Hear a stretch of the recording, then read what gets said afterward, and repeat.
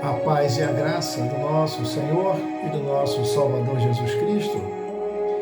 Você está no canal do YouTube do Pastor Alcemar Almeida e hoje nós vamos falar de um assunto bem polêmico. Deus não existe. Esse é o nosso assunto de hoje. Deus não existe. Você acredita que no mundo ainda existe muita gente que pensa assim, que fala isso? Deus não existe? Pois é, dois jovens conversavam, um querendo evangelizar o outro, afirmando que Deus existe. O incrédulo disse ao jovem crente: olha, rapaz, eu vou te mostrar na Bíblia que Deus não existe. Abra a sua Bíblia aí e vou te mostrar que está escrito que Deus não existe. Aí o jovem crente disse: então me prova. E o incrédulo falou: então abre aí a sua Bíblia no Salmo 14 e no Salmo 53. E é verdade. Nesses dois salmos está escrito que Deus não existe. E são dois salmos justamente escritos, atribuídos pelo rei Davi. Um rei amoroso, um rei bondoso, um rei que viveu Deus na sua vida e que em todo tempo ele sempre disse que Deus existe. E aquele jovem crente, ele disse: tudo bem, eu vou então estudar um pouco mais a Bíblia e vou voltar e vou te provar que Deus existe, porque esse Deus mudou a minha vida. E por ele ter mudado a minha vida, eu tenho certeza que ele existe. É exatamente o mesmo Deus de Davi. Davi, ele escreve esses Salmos 14 e 53, justamente para mostrar quem são as pessoas que negam a existência de Deus. Então, imagino que rei Davi imaginou assim: bom, eu tenho tanta certeza que Deus existe, que eu vou até deixar dois salmos escritos provando quem são as pessoas que dizem que Deus não existe. O Salmo 14, ele é identificado no título como Ao Mestre de Canto, Salmo de Davi. Davi é tradicionalmente reconhecido como o autor desse salmo, e ele expressa a loucura, a insensatez, a tolice daquelas pessoas que negam a existência de Deus. Davi diz que é uma loucura dizer que Deus não existe. No Salmo 53, que também é atribuído a Davi, é com um título semelhante. É o mestre de canto segundo a melodia de Maalat, Salmo de Davi. Embora seja quase idêntico o Salmo 14 e o Salmo 53, ele sugere que foi escrito ou adaptado para um propósito musical específico, usando uma melodia conhecida na época como Maalat. Na verdade, somente o versículo 1 que tem uma pequena diferença. Por exemplo, Salmo 14 diz assim: diz um insensato no seu coração, não existe Deus. Corrompe-se, pratica uma abominação, já não há quem eu faça o bem. No Salmo 53, é exatamente a mesma redação, só que diz assim: praticam abominação de perversidade. A diferença é só essa. Os versículos 2 e 3 são idênticos os 2 e o 3. Então, embora os salmos eles abordem o mesmo tema, a insensatez, a loucura, a tolice de negar a existência de Deus e a pecaminosidade da humanidade.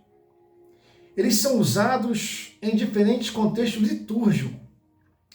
Acredita-se que o Salmo 53 foi uma adaptação para um cântico. Então, esses dois salmos reforçam. E tem essa frase de que Deus não existe, justamente para mostrar que quem não crê em Deus é louco. Quem não crê em Deus é insensato. Quem não crê em Deus comete uma grande tolice. Eu fiz essa referência e esse comentário no Antigo Testamento. E aí você pode me perguntar, pastora Samaria, no Novo Testamento, no grego bíblico, no grego koiné. No grego bíblico, a palavra insensato é geralmente traduzida por termos como anoetos, moros e afron. E cada um desses termos tem nuances ligeiramente diferentes, mas todos apontam para uma falta de entendimento ou sabedoria, especialmente em um sentido espiritual ou moral. Por exemplo, anoetos. Esse termo é usado para descrever alguém que é sem entendimento ou insensato. E a raiz da palavra é nous, que significa mente ou entendimento. Então, anoetos refere-se a alguém que carece de compreensão ou discernimento. Por exemplo, em Gálatas 3, versículo 1, apóstolo Paulo, ele chama os gálatas de insensatos por se deixarem enganar e desviarem da verdade do Evangelho. Apóstolo Paulo está dizendo que quem se desvia do Evangelho, quem uma vez esteve no Evangelho e agora não é mais do Evangelho, ele diz que essa pessoa ela está com a mente afetada. Foi algo que afetou a mente dela e fez ela desviar. E o apóstolo Paulo diz que isso é a pessoa que permite acontecer. Então, se você é um crente, se você é um servo de Deus, a pessoa só se desvia, você só vai se desviar se você autorizar isso, se você deixar isso acontecer. Se você não quiser que isso aconteça, independente da prova que você está passando, independente da enfermidade que você está passando, independente da situação financeira que você está passando, independente das situações mais contrárias na vida amorosa, na vida conjugal, com seus filhos, com a sua esposa, com o seu esposo, independente, se você não quiser se desviar do Evangelho, existe um Deus que te sustenta, que segura a tua mente firmada em Deus, firmada em Cristo. Moros, essa palavra é mais forte e pode ser traduzida como tolo, estúpido ou insensato. E é usada em passagens como Mateus capítulo 7, versículo 26, onde Jesus fala do homem insensato. Sim, aquele homem que construiu a sua casa sobre a areia. A palavra moros também aparece em Mateus capítulo 5, versículo 22, onde Jesus adverte contra chamar alguém de tolo, moros, de maneira insultuosa, associando esse comportamento ao risco de julgamento. Olha só, Jesus está dizendo que isso é uma coisa tão grave, a ponto de alguém ser julgado por isso, de alguém ser preso por isso. Então, ter a mente e ser considerado moros é algo que traz uma grande possibilidade de destruição. E afron. Afron significa sem entendimento ou insensato. O prefixo a indica negação. E Freud refere-se à mente ou ao coração. Assim, Afrão descreve alguém que age sem reflexão ou sabedoria, age no ímpeto, age de uma maneira sem pensar. Esse termo é usado, por exemplo, na parábola do rico insensato, em Lucas capítulo 12, versículo 20, onde Deus diz ao homem que acumulou riquezas para si mesmo de louco. Afrão, esta noite te pedirão a tua alma. O próprio Deus considera o homem rico, insensato, e usa o termo Afrão. Deus usa o termo Afrão. Que interessante. Esses termos refletem uma ampla gama de comportamento e atitudes que, segundo o entendimento bíblico, demonstram uma falta de sabedoria ou discernimento espiritual. Em ser insensato no Novo Testamento não é apenas uma questão de ignorância intelectual, mas é mais profundamente uma falha em reconhecer e viver de acordo com as verdades espirituais reveladas por Deus. Se você ouviu essa mensagem até agora, e esta loucura de dizer que Deus não existe vai cair por terra hoje, e vai acontecer em nome de Jesus. Rejeita essa insensatez, rejeita essa loucura, ainda dá tempo. Converta o teu coração hoje. O amanhã pertence a Deus. Não sei se amanhã vai chegar. Nem para mim, nem para você. Abra o teu coração e diga que a partir de hoje você crê em Deus. Você acredita que Deus existe. E você diga mais ainda, e o principal, você acredita que Deus enviou o seu único filho para morrer na cruz do Calvário pelos seus pecados. Confessa isso, que Jesus morreu por sua causa. E confessa também que Jesus ressuscitou por sua causa. Traga essa responsabilidade para você. E você confessa também que ao terceiro dia, Deus ressuscitou o seu Filho por sua causa, para a salvação da tua alma. Se você fizer isto, você vai ser igual a mim, vai passar a ser um crente, um servo, um homem que sabe e tem certeza que Deus existe. Sabe por quê? Porque Deus vai fazer uma mudança na sua vida.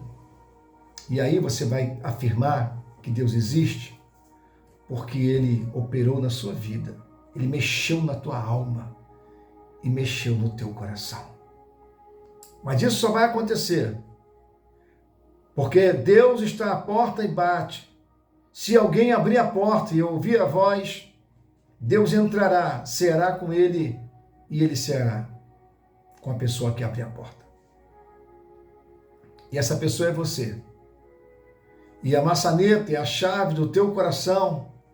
A porta do teu coração é você que está com a mão na maçaneta. Deus está por lá de fora.